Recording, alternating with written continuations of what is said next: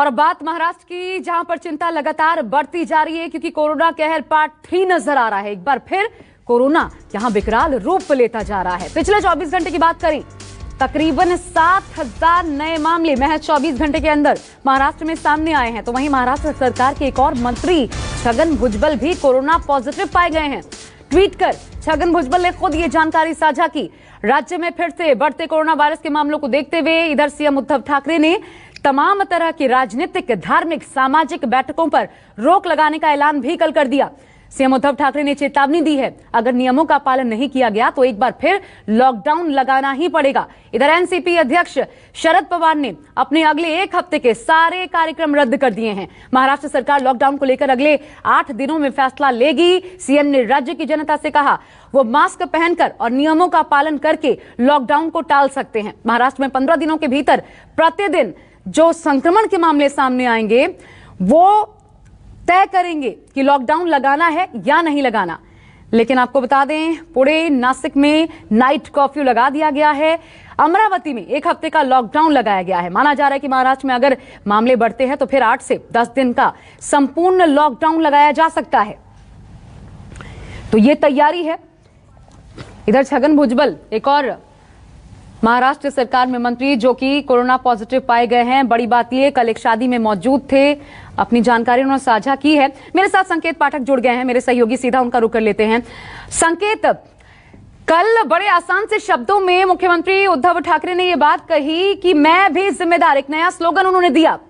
वो स्लोगन आज काम करता नजर आ रहा है क्या? क्योंकि अब लोग ही तय करेंगे, उनकी जिम्मेदारी तय करेगी कि लॉकडाउन आगे लगेगा या नहीं लगेगा महाराष्ट्र में। आज क्या देख पाए हैं आप?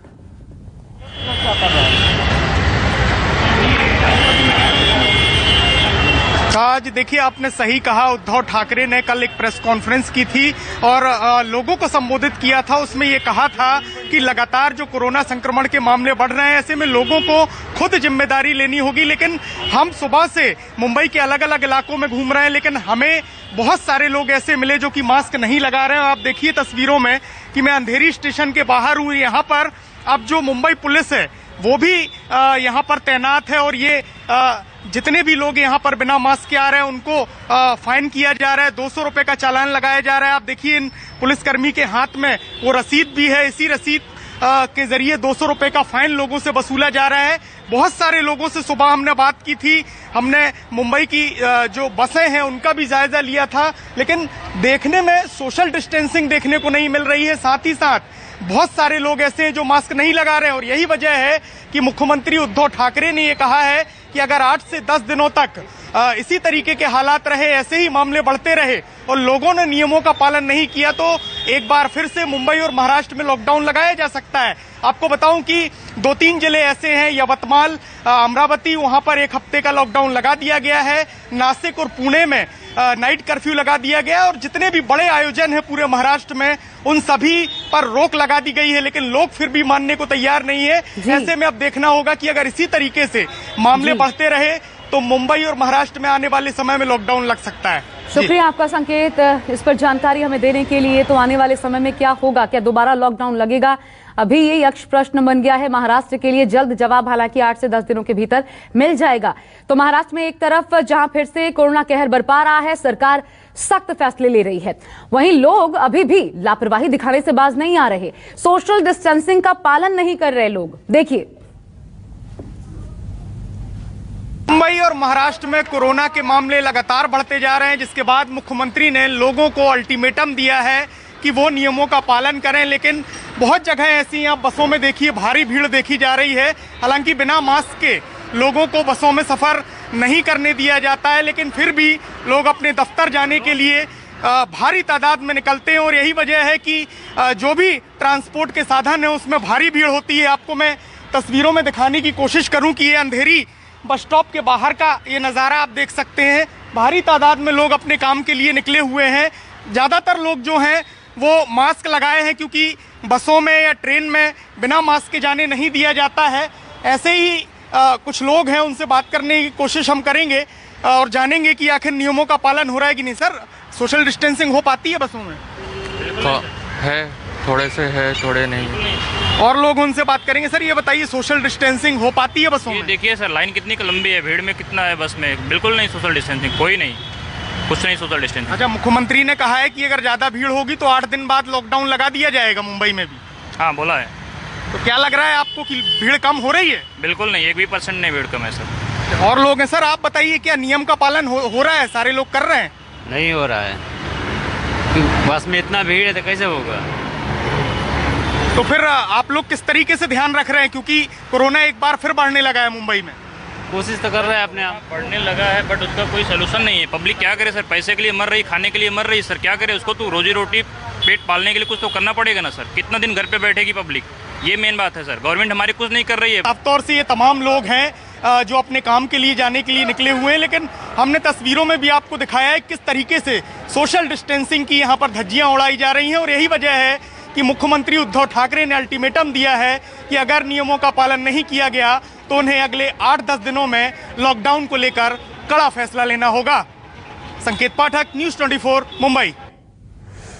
तो अब भी अल्टीमेटम देना पड़ रहा है, अभी भी समझाना पड़ रहा है लोगों को कि मास्क पहनिए। प्रशासन लगातार निर्देश दे रहा है, लेकिन अभी भी लोग नियम का पालन नहीं कर रहे। ऐसा ही नजर आया। देखिए, मुंबई में कोरोना एक बार फिर बढ़ने लगा है। ऐसे में क्या मुंबई कर सतर्क हैं, ये जानने के लिए हम अंधेरी स्टेशन पर मौजूद हैं। आप देखिए मैम, आप मास्क नहीं लगाए हैं। हाँ। ये देखिए, आप महिला को देख सकते हैं बिना मास्क के यहाँ से निकल रही हैं। अंधेरी स्टेशन के बाहर मैं इस वक्त मौजूद हूँ और तमाम लोग यहाँ से ट्रैवल करते हैं लोकल ट्रेन में। हजारों की तादाद में यहाँ पर भीड़ होती है। हालांकि लोकल ट्रेन में बिना मास्क के सफ़र नहीं करने दिया जाता है, लेकिन बहुत सारे ऐसे लोग हैं जो नियमों का पालन नहीं कर रहे हैं। यही वजह है कि मुख्यमंत्री उद्धव ठाकरे ने भी ये कहा है कि अगर लोग मास्क नहीं पहनेंगे, नियमों का पालन नहीं करेंगे तो उन्हें लॉकडाउन लगाना पड़ सकता है। ये अल्टीमेटम दिया है। आप देखिए, तमाम लोग यहाँ से निकल रहे हैं जो अपने काम के लिए जाते हैं, दफ्तर जाते हैं, अन्य साधनों से यहाँ पर निकलते हैं। इनकी तादाद काफ़ी ज़्यादा होती है। बहुत सारे लोग हैं, उनसे बात करने की कोशिश यहाँ पर करेंगे। सर ये बताइए, मास्क नहीं लगाए हैं आप? आप मास्क नहीं लगाए हैं। मुख्यमंत्री ने कहा है कि अगर मास्क नहीं लगाओगे तो लॉकडाउन हो जाएगा। माफ़ी मांग रहे हैं आप? तो ये देखिए, माफ़ी मांग रहे हैं, इन्होंने मास्क नहीं लगाया था। सर आपको लग रहा है कि प्रॉपर नियमों का पालन हो रहा है सब जगह? नहीं, बिल्कुल नहीं हो रहा है। सभी लोग, मुख्यमंत्री ने कल जो 7 बजे दिया है उसके बावजूद भी सब लोग खुलेआम नियमों के भंग कर घूम रहे हैं। आप देखे, ये भी मास्क नहीं लगाए थे। बहुत सारे लोग ऐसे निकल रहे हैं जो मास्क नहीं लगा रहे हैं। इनको देख के ही खड़ा हो गया, क्योंकि अभी भी आप चाहिए तो देखो, रोड के ऊपर अभी भी बहुत सारे लोग हैं जो रोड पे मास्क बिना घूम रहे। नियमों के पालन नहीं हुआ रहा है। सभी लोग, ये देखो, इनका भी मास्क प्रॉपर नहीं हो। बिल्कुल, बहुत सारे लोग हैं जो यहाँ पर आ रहे हैं, जो कि ट्रेन से सफ़र करते हैं, लेकिन मास्क नहीं लगा रहे हैं। और यही वजह है कि मुख्यमंत्री ने कहा है कि अगर नियमों का पालन नहीं होता है, कोरोना के मामले बढ़ते हैं, तो फिर 8 से 10 दिनों में उन्हें मुंबई में भी लॉकडाउन लगाना पड़ सकता है। कैमरामैन सिद्धेश के साथ संकेत पाठक, न्यूज़ 24 मुंबई।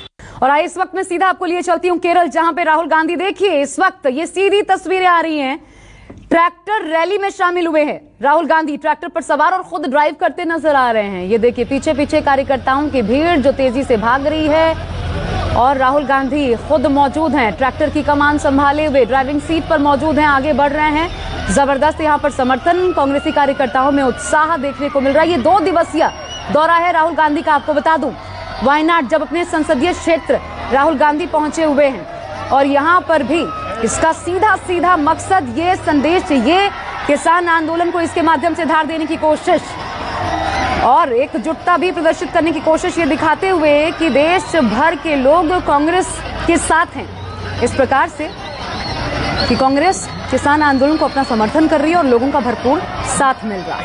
ये केरल के वायनाड की तस्वीरें हम आपको दिखा रहे हैं। 2 दिवसीय दौरा है राहुल गांधी का, संबोधित भी करने वाले हैं। कल भी कई कार्यक्रमों में शिरकत करेंगे राहुल गांधी।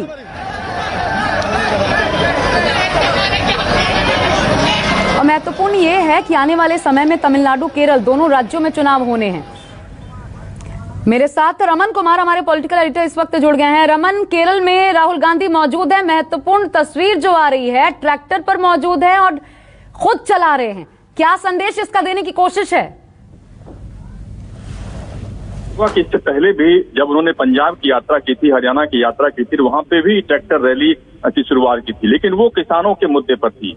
लेकिन आज अपनी कॉन्स्टिट्यूंसी वायनाड में राहुल गांधी हैं, 4 दिन के दौरे पर हैं और लगातार केरल में किस तरीके से कांग्रेस पार्टी की सरकार बने, क्योंकि वायनाड से राहुल गांधी के सांसद रहते इन पर बड़ी जिम्मेदारी एक आ गई है कि अगर अब भी कांग्रेस पार्टी की सरकार केरल में नहीं बनती है तो ये पार्टी के लिए एक बड़ा झटका साबित हो सकता है। और इसीलिए अपनी कॉन्स्टिट्यूंसी में वायनाड में ट्रैक्टर रैली के जरिए लोगों को इकट्ठा कर रहे हैं, लोगों के साथ संपर्क स्थापित कर रहे हैं। और साथ ही साथ जो केरल का दूसरा इलाका है जहां पर केरल प्रदेश कांग्रेस अध्यक्ष की अगुवाई में लगातार कार्यक्रम चल रहे हैं, उस कार्यक्रम में भी वो हिस्सा लेंगे, क्योंकि 2 दिनों के बाद जो केरल कांग्रेस पार्टी के अध्यक्ष हैं उनकी अगुवाई के कार्यक्रम को खत्म किया जाएगा राहुल गांधी की उपस्थिति में।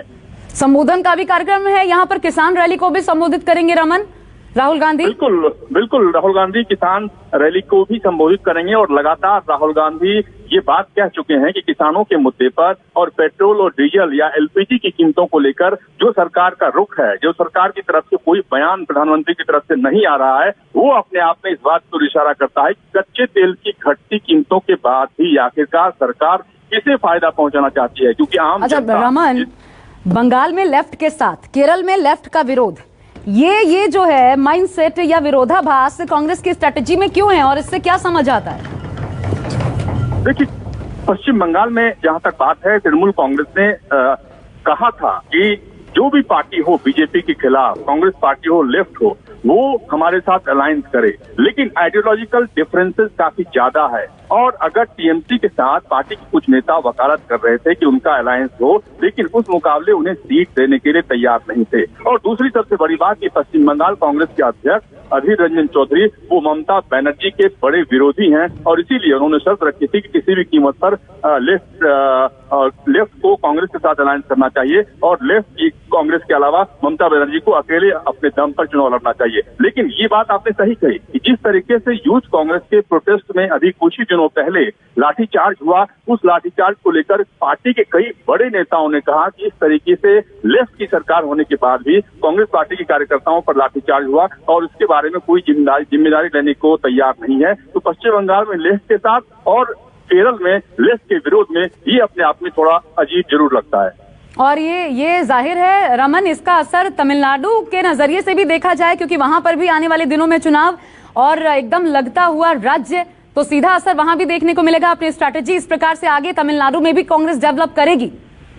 देखिए, आज कांग्रेस पार्टी को बड़ा झटका पुडुचेरी में लगा। यहाँ पे नारायण स्वामी मुख्यमंत्री थे और वहाँ पे सिर्फ 11 वोट मिले, यानी कि 11 विधायक नारायण स्वामी के समर्थन में आए और 14 विधायकों ने नारायण स्वामी के खिलाफ वोट दिया और उन्हें इस्तीफा देना पड़ा, क्योंकि तमिलनाडु और पुडुचेरी दोनों आसपास के राज्य हैं और वहाँ पे डीएमके के समर्थन से ही नारायण स्वामी की सरकार चल रही थी और डीएमके ने नारायण स्वामी को पहले ही कहा था कि आप इस्तीफा दीजिए और केयर टेकर के तौर पर आप मुख्यमंत्री बने रहिए, क्योंकि 2 महीने के बाद ही वहाँ पर चुनाव है। लेकिन अब इतना बड़ा झटका कांग्रेस पार्टी को लगा है, उन्हें इस्तीफा देना पड़ा है। ऐसे में उसका असर तमिलनाडु पर न पड़े, इसको लेकर भी राहुल गांधी की रणनीति है कि वो ज्यादा से ज्यादा वक्त तमिलनाडु में दें। और पुडुचेरी भी आपने देखा था कि 2 दिन पहले वो पुडुचेरी गए थे, वहां के किसानों से भी उन्होंने बात की थी। तो राहुल गांधी के ऊपर पुडुचेरी, तमिलनाडु और केरल में सरकार बनाने की बड़ी जिम्मेदारी है।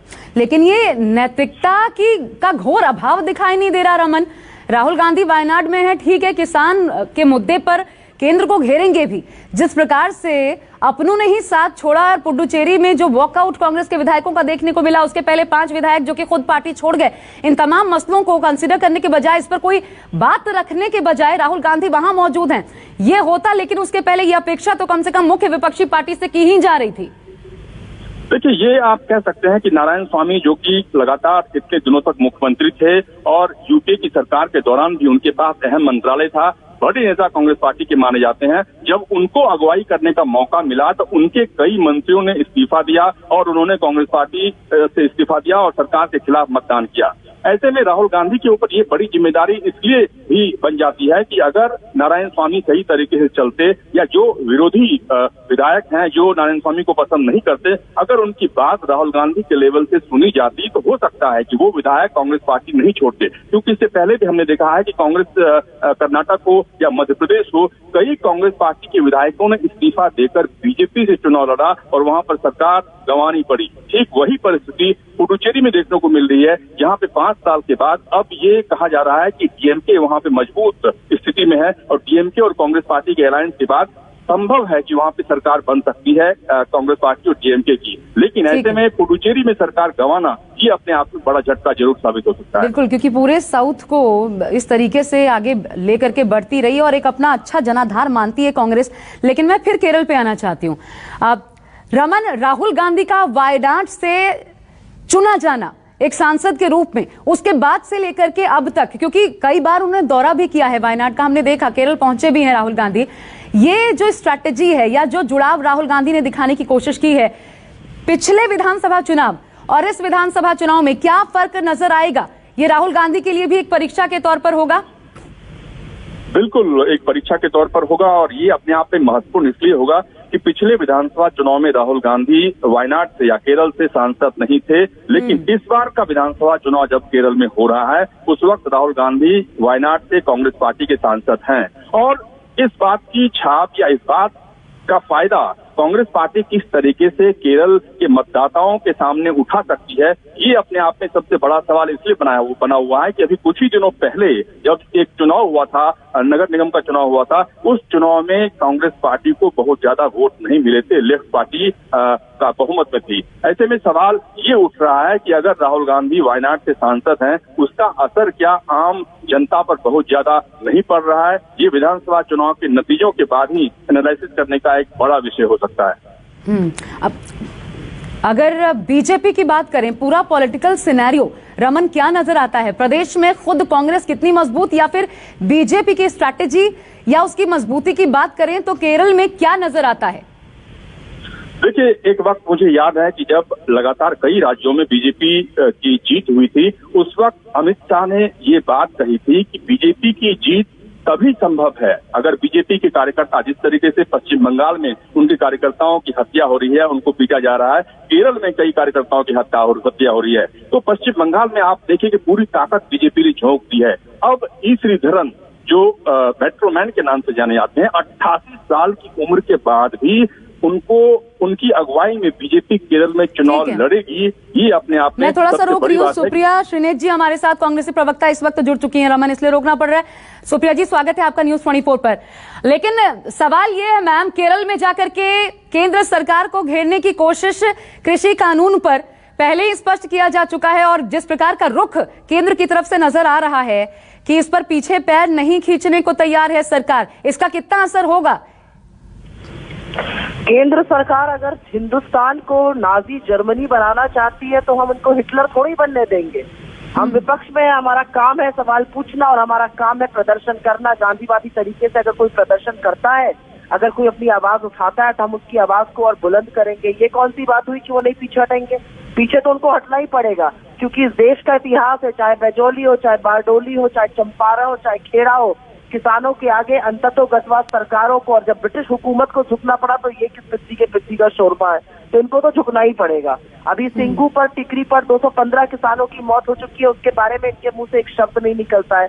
बातें करेंगे जबानी जमा खर्च की। तो राहुल जी जो कर रहे हैं बिल्कुल ठीक कर रहे हैं, सारी पार्टी भी यही करेगी, सारा ऑपोजिशन ये करेगा। अच्छा, जो विपक्षी पूछते हैं वो सवाल मैं आपके सामने आज रखना चाहती हूँ, क्योंकि राहुल गांधी केरल में जाकर, दक्षिण में जाकर किसान आंदोलन को धार देने की कोशिश कर रहे हैं एक मुख्य विपक्षी पार्टी के तौर पर। इसलिए मेरा ये सवाल है आपसे, केरल में जाते हैं, किसानों के बीच जाते हैं, लेकिन राहुल गांधी भी चाहे पीएम मोदी पर जो आरोप लगाते हैं या अमित शाह पर, दिल्ली में किसानों के बीच, दिल्ली बॉर्डर पर नहीं गए, क्यों?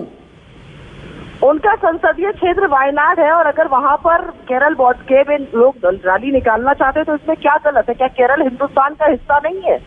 मतलब ये सवाल ही मुझे समझ में नहीं आ रहा। केरल हो, तमिलनाडु हो, कर्नाटका हो, आप देख रही है ना, अलग अलग जगहों पर, मेरठ में, पश्चिमी उत्तर प्रदेश में अलग अलग जगहों पर प्रियंका गांधी भी जाती हैं, आपकी पार्टी जाती नजर आती मुख्य चेहरे, लेकिन दिल्ली बॉर्डर पर दिल्ली बॉर्डर पर नहीं प्रियंका पहुंचे, गांधी ये जनरल सवाल आप सेक्रेटरी जानती हैं साथ विपक्ष उत्तर उठाता है, इसलिए मैं सवाल आपसे कर रही हूँ।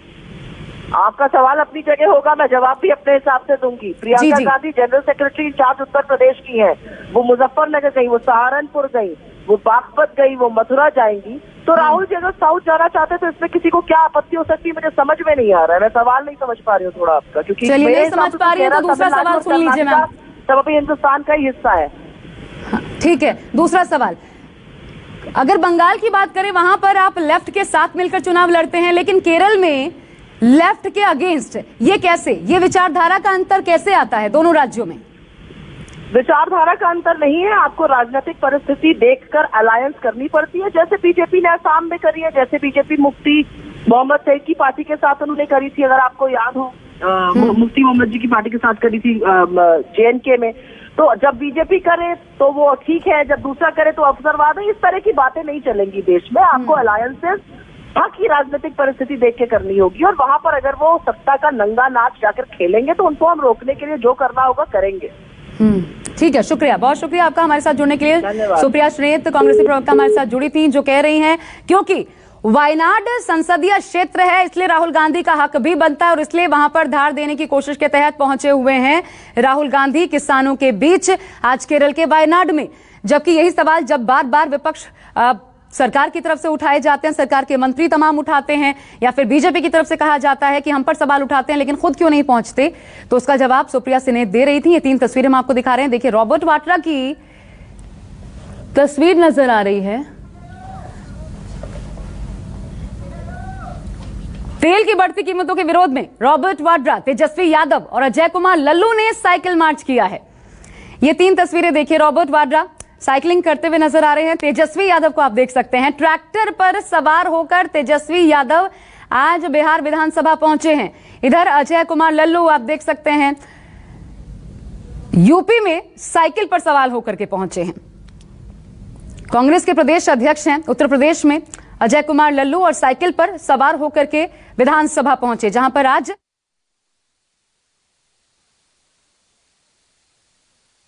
नमस्कार, मैं हूं मानक गुप्ता।